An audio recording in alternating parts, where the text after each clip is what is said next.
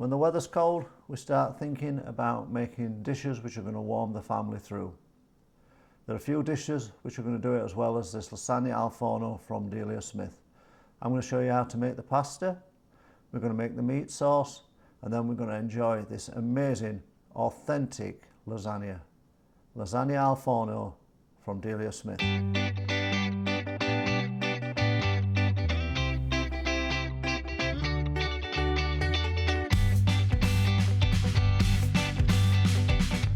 If you're going to make your own pasta, it's not very difficult. The only thing you need really is a pasta roller. You can roll it with a rolling pin, but it's a little bit difficult. So if you are going to make your own pasta, this is a really simple recipe from Jamie Oliver. It's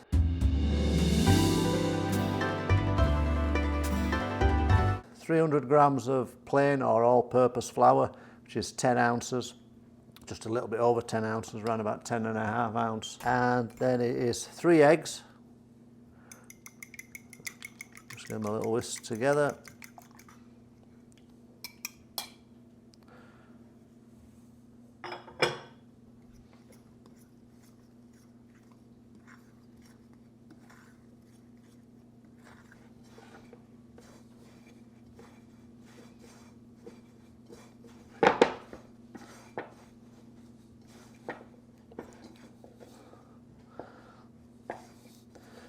Maybe my eggs were a bit bigger last time. Yeah, that's looking a little bit dry, so I'm just going to drop a little bit of olive oil in.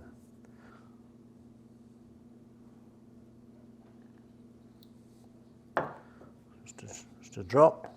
See what that does.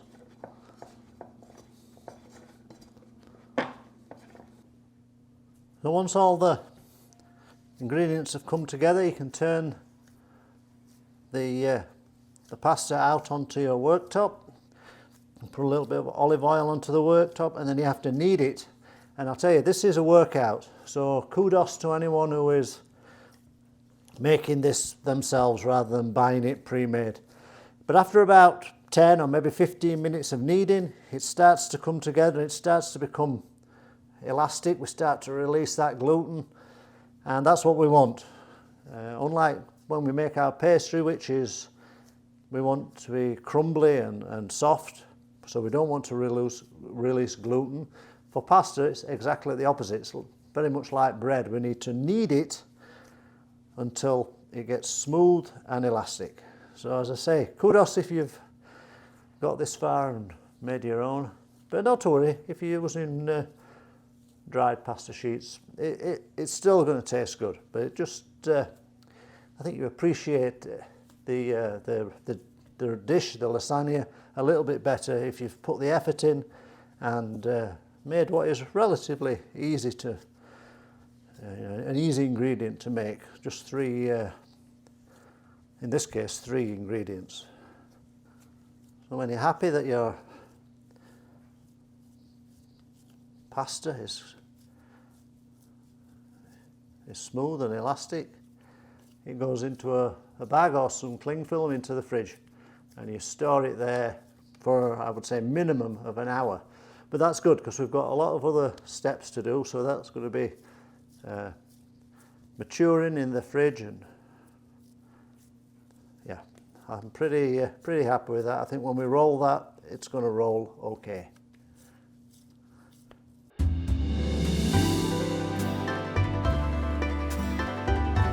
Need to take 1 onion and finely slice it. I find the best way to do that is to sacrifice a little bit of onion at the end. If you take a flat-ended knife like this, you can slice all the way down it without cutting right to the end, and then you can really get some finely chopped onions.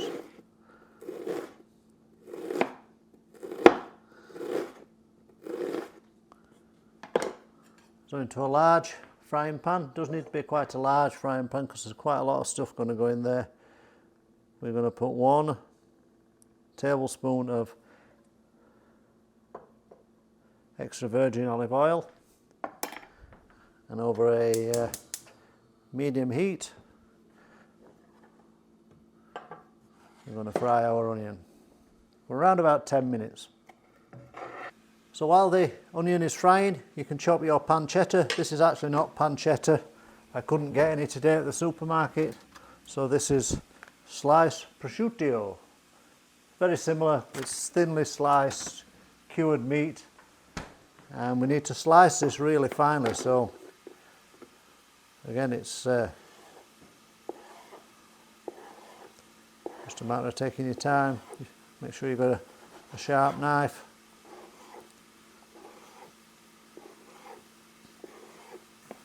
This is 100 grams of pancetta, which is around about 4 ounces.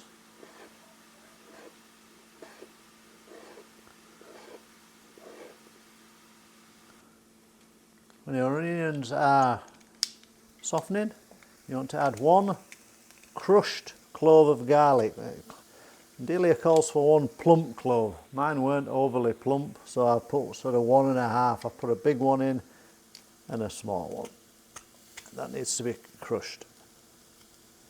And then we add our pancetta.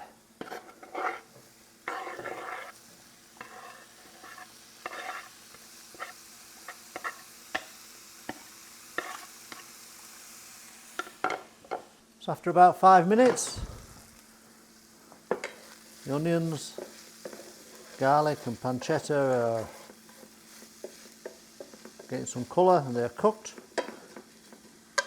And those want to be transferred to a casserole pot, or as I'm going to use a large stainless steel pan that has a oven-proof lid, because we are going to cook all our meat sauce for the lasagna in the oven for a couple of hours so that it's got lots of flavour. So we return the pan to the heat. We add another tablespoon of olive oil.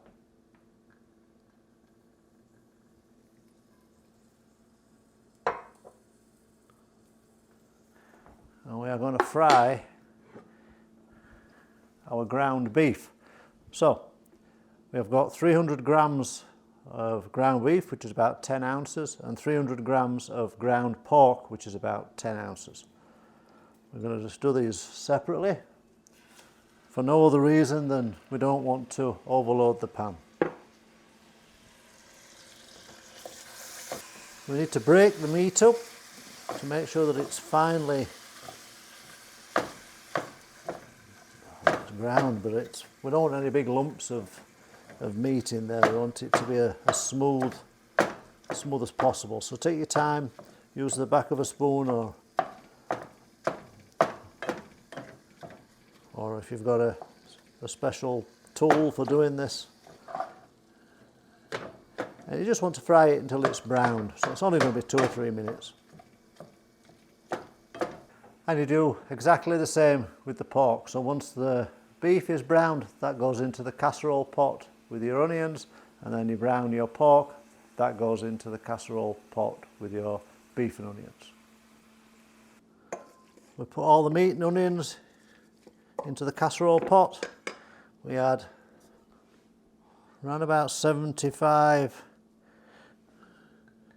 millilitres of wine. Don't matter if it goes over a little bit.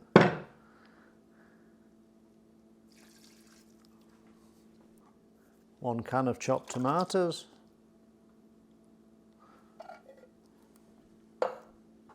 And around about 3 tablespoons of tomato paste. So I'm just going to guess at this.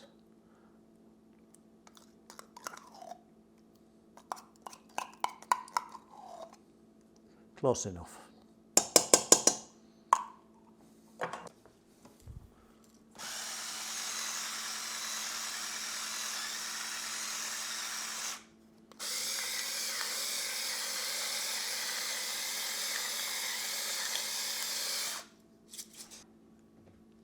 So that's the salt and pepper in. You also want to grate some nutmeg. If you've not got fresh nutmeg, you can use some pre-ground. around about half a teaspoon, I would say. And then the recipe calls for 2 tablespoons of fresh chopped basil or basil leaves. I don't have any, I've only got dried. So I'm going to err on the side of caution, and I'm going to put 2 teaspoons in.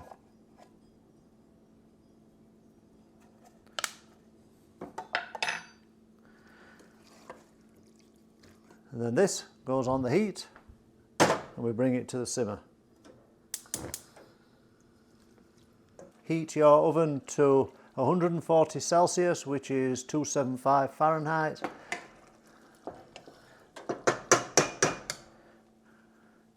And then cover your casserole with a tight fitting lid.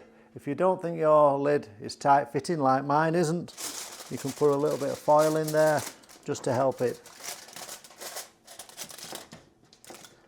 And that is going to go into your oven for 2 hours, and halfway through, after 1 hour, give it a stir and take a look. So by no means am I a pasta aficionado. I have only a basic pasta roller, but it does. What I find is best is to roll it on as wide a setting as you've got. You have to force it through sometimes.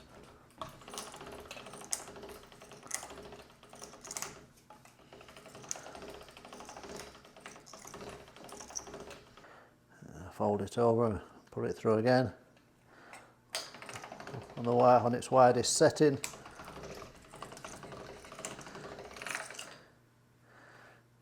Do that a couple of times.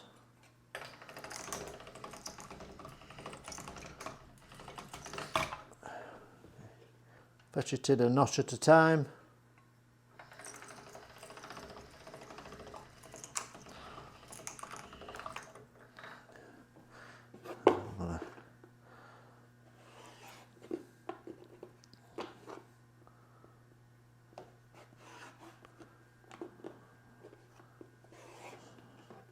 Slice it into a sheet, bring it in again.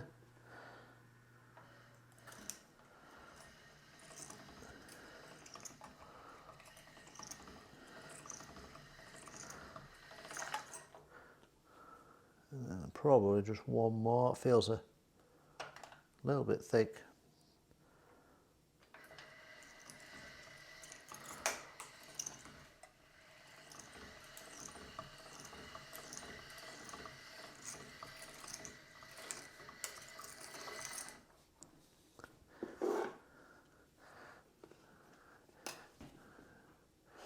And I'm going to trim this down.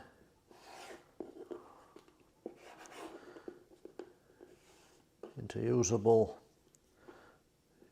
pieces. As I say, not perfect pasta by any stretch of the imagination, but it don't matter. It's going to go into the pasta, into the lasagna just fine. Don't worry about all these pieces, they can get re-rolled and reused. After 2 hours, our meat sauce should be done. Take it out of the oven. It should have thickened like this. If yours is any runnier than this, I would suggest maybe putting it on the hob on the heat for a while, and just to thicken it up a little bit. But that's what we should have. What you want to do now, take a little taste and see whether you need to season it anymore.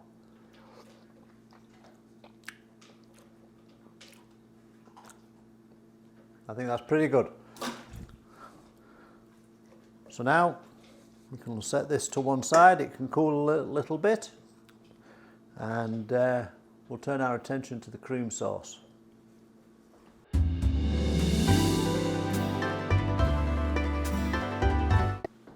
To make the cream sauce, we need 750 millilitres of milk, 100 ml of double cream, 60 grams of corn flour or cornstarch, 75 grams of butter, fresh nutmeg again, and some salt and pepper. And you need a fairly heavy based saucepan as well. You don't want a thin aluminum based saucepan for this, because we're going to simmer this sauce for around about 10 minutes, and if the base of the saucepan is too thin, you run the risk of burning it, and that's not what we want. So we add our milk to the saucepan, we add our cornstarch, and with a balloon whisk we make sure that that's combined. We're going to add some seasoning, some salt and pepper, not too much, just a little bit.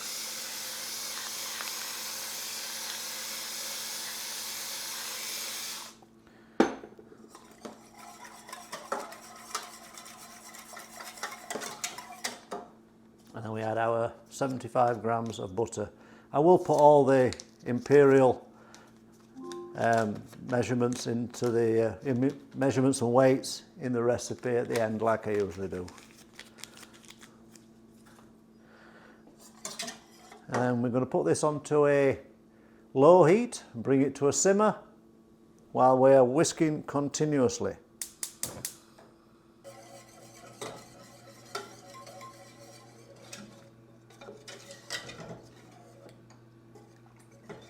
So after a few minutes, this is what we're looking like. We're thickened, and now I've got the gas turned to its lowest setting, and that's going to continue to cook for 10 minutes. So when your 10 minutes are up, you want to whisk in the double cream.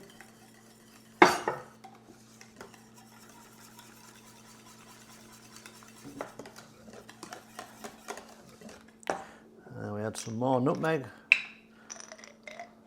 around about a quarter of one.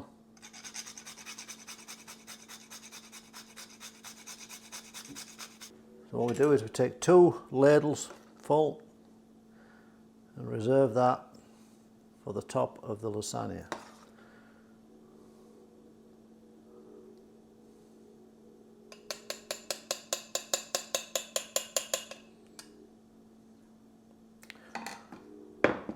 So now we're ready to assemble.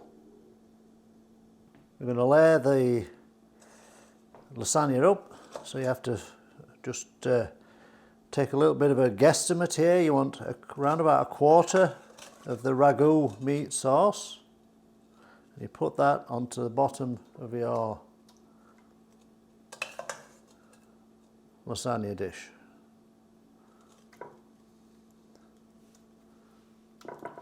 Spread that out. Take roughly a quarter of the remaining cream sauce.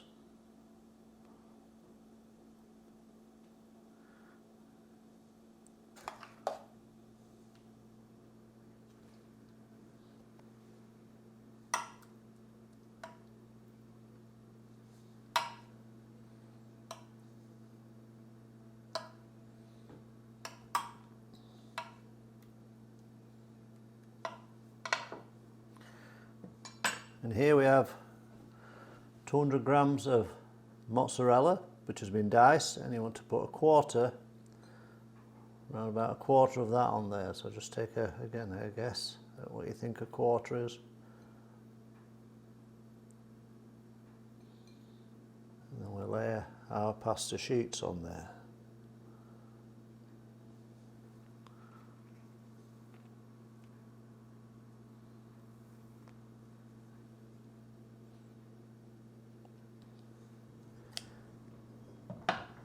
And then we repeat that process until we have used all the sauce and all the cheese and mozzarella, and we end up with a final layer of pasta on the top. We then add our reserved cream sauce, and we completely cover the top of the lasagna with freshly grated Parmesan. Delia Smith's instructions tell you to use 50 grams of Parmesan. I've never found that to be enough, so I always have to have just a little bit more, just to make sure that the lasagna is completely covered. So that is now ready for the oven. So you can make this ahead of time, and you can put it in the fridge. Delia even says you can freeze it. I've never tried that, but mine's ready to go straight in the oven now. I've got some guests coming in about 5 minutes time. So this wants to be baked at 350 Fahrenheit, which is 180 degrees centigrade. And it wants to be baked for around about 45 minutes until the cheese on top has turned golden brown and is bubbling. So let's get this in the oven.